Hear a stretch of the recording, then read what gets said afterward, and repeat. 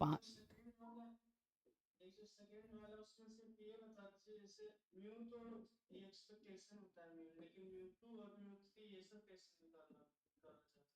Mu three की क्या जरूरत है? कोएफिशिएंट ऑफ वेरिएशन का फॉर्मूला होता है सिग्मा अपॉन म्यू। सिग्मा क्या होता है? Standard deviation. अभी तुमने आज ही मीन और वेरिएंस निकालना सीखा है, क्या इसमें मीन वेरिएंस निकाल लोगे? तो हो गया। क्यों mu mu two mu three के चक्कर में क्यों पड़े हो?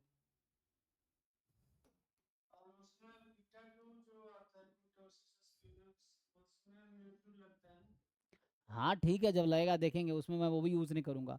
मैं देखो, मैं जो बुक पढ़ रहा हूँ उसमें वैसा कोई नोटेशन नहीं है। तुम कौन से बुक में ये नोटेशन यूज़ किया है? हैं? हाँ एफ एम एस मैं पढ़ाता ही नहीं। मेरा जो नोटेशन है, मैं एफ एम एस का कोई नोटेशन यूज़ नहीं करता यहाँ पे एक्चुअली। तो इसीलिए तो बाकी तुम देखो, म्यू थ्री म्यू टू याद रखने के बजाय देखो उसका मीनिंग क्या है। तो स्क्यूनेस कर्टोसिस सिंपल मैं डिफाइन करूंगा x minus mu upon sigma का होल क्यूब। और एक होगा expectation x minus mu upon sigma. क्या होता है फॉर्मूला? देखो उसमें फॉर्मूला क्या लिख रखा है, उसके हिसाब से आंसर आ जाएगा।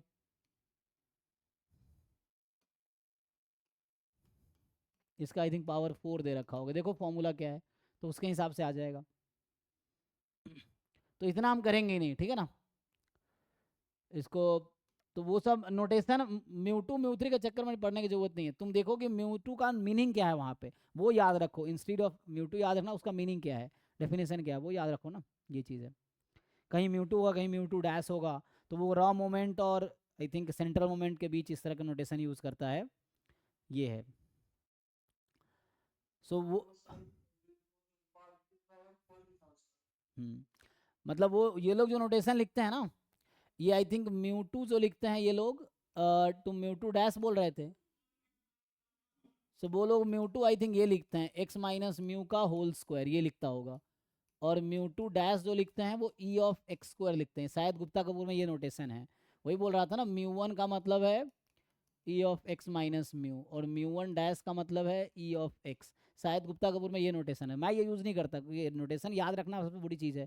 कोई दूसरा बुक पढ़ोगे दूसरा नोटेशन होगा, लेकिन ये याद रखने की जरूरत नहीं है। तुम ये याद रखो, ये फर्स्ट मोमेंट अबाउट मीन है, ये फर्स्ट मोमेंट अबाउट जीरो, कल मैं ये डिफाइन करूंगा।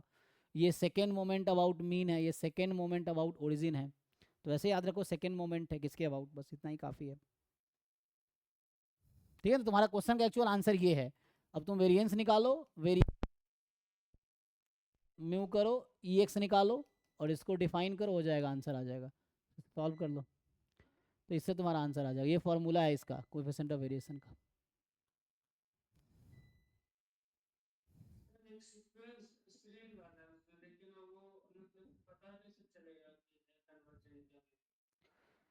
अरे यार ये क्वेश्चन कई बार आया, मुझे ना प्रूफ लिख के देखना पड़ेगा। ये question already JAM M A 2018 में आया हुआ है, तुम जाके चाहो तो देख लो एक बार। ये मैं कई लोगों को बताया हूँ, लेकिन मानस आपने सॉल्व किया कि नहीं? कौन पूछा था लास्ट टाइम मुझसे ये क्वेश्चन?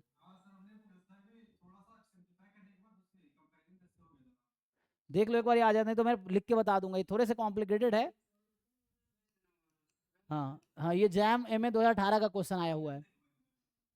तो उसमें भी एम ए 2018 का सॉल्यूशन बुक में भी देख सकते हो, ऑनलाइन में मिल जाएगा। यूट्यूब पे कोई पढ़ा रहा होगा ना, तो देखना वो सॉल्व करके दिखा देगा। तुम गूगल पे यूट्यूब पे जस्ट सर्च करना ये question. I think question number क्या था, 7 या 8 था जहाँ तक मुझे याद आ रहा है।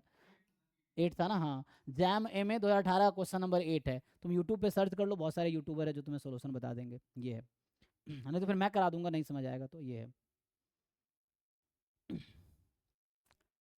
ठीक है, तो और किसी का बचा है कुछ? एक तुम्हारा और ये है, मैक्स ऑफ एक्स।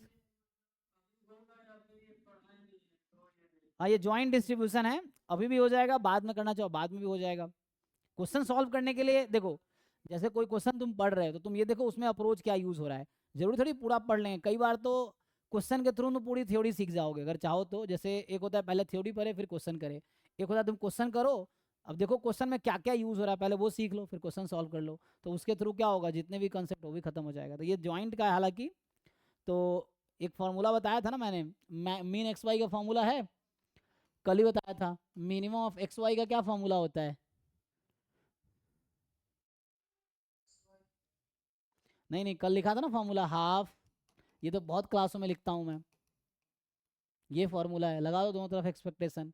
अब यहाँ ई एक्स चाहिए ई वाई, और आई आई डी का मतलब है कि जो एक्स का पी एम एफ लिखा है ना वही वाई का भी पी एम एफ है, ये कहने का मतलब है वहाँ पे। तो जो ई एक्स आएगा वही ई वाई आएगा।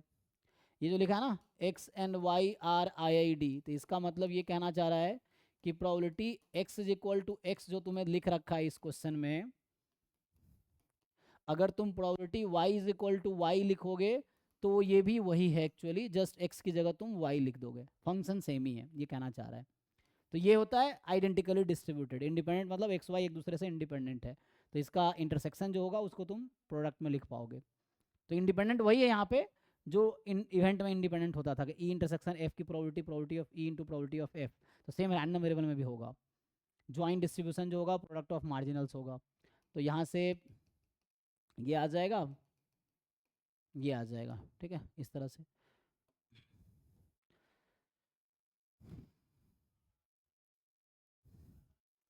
करके देखो सॉल्व, क्या करे तो इससे कर सकते हो, नहीं तो और भी तरीका है।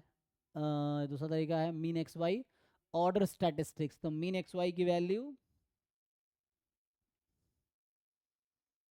क्या होगा, या तो हम फॉर्मूले से आ जाएगा, फॉर्मूले से तो इजीली आ जाएगा। तुम्हारे पास इसकी जरूरत पड़ेगी है ना, E x E y same ही होगा। मेन जरूरत पड़ेगा what is the expectation of mod x minus y, ये है। तो ये double summation x minus y into, दो पार्ट में ब्रेक कर लो, मोर देन लेस देन करके, तो भी आ जाएगा। ये आ जाएगा तुम्हारा। तो ये थोड़े से ना मतलब आगे पढ़ेंगे, अभी पढ़ाया नहीं है मैंने, तो ये पढ़ेंगे आगे, लेकिन तुम ट्राई करने के लिए कोशिश कर सकते हो। ये है, और यहाँ क्या कर दीजिए। हाँ ऑर्डर सेट से और आसान हो जाएगा, ऑर्डर सेट पढ़ा नहीं है ना, ये डिस्क्रीट का है, तो उससे भी हो सकता है। तो नहीं तो इससे सॉल्व कर लो, ये सीरीज सॉल्व कर पाओगे, देख लो। एक्स वन से इन्फिनिटी, वाई वन से इन्फिनिटी है। अब इस सीरीज को सॉल्व करो तो दो पार्ट में ब्रेक कर सकते हो इसको, है ना। ठीक है, इसे छोड़ दो अभी, बाद में करना जब वो।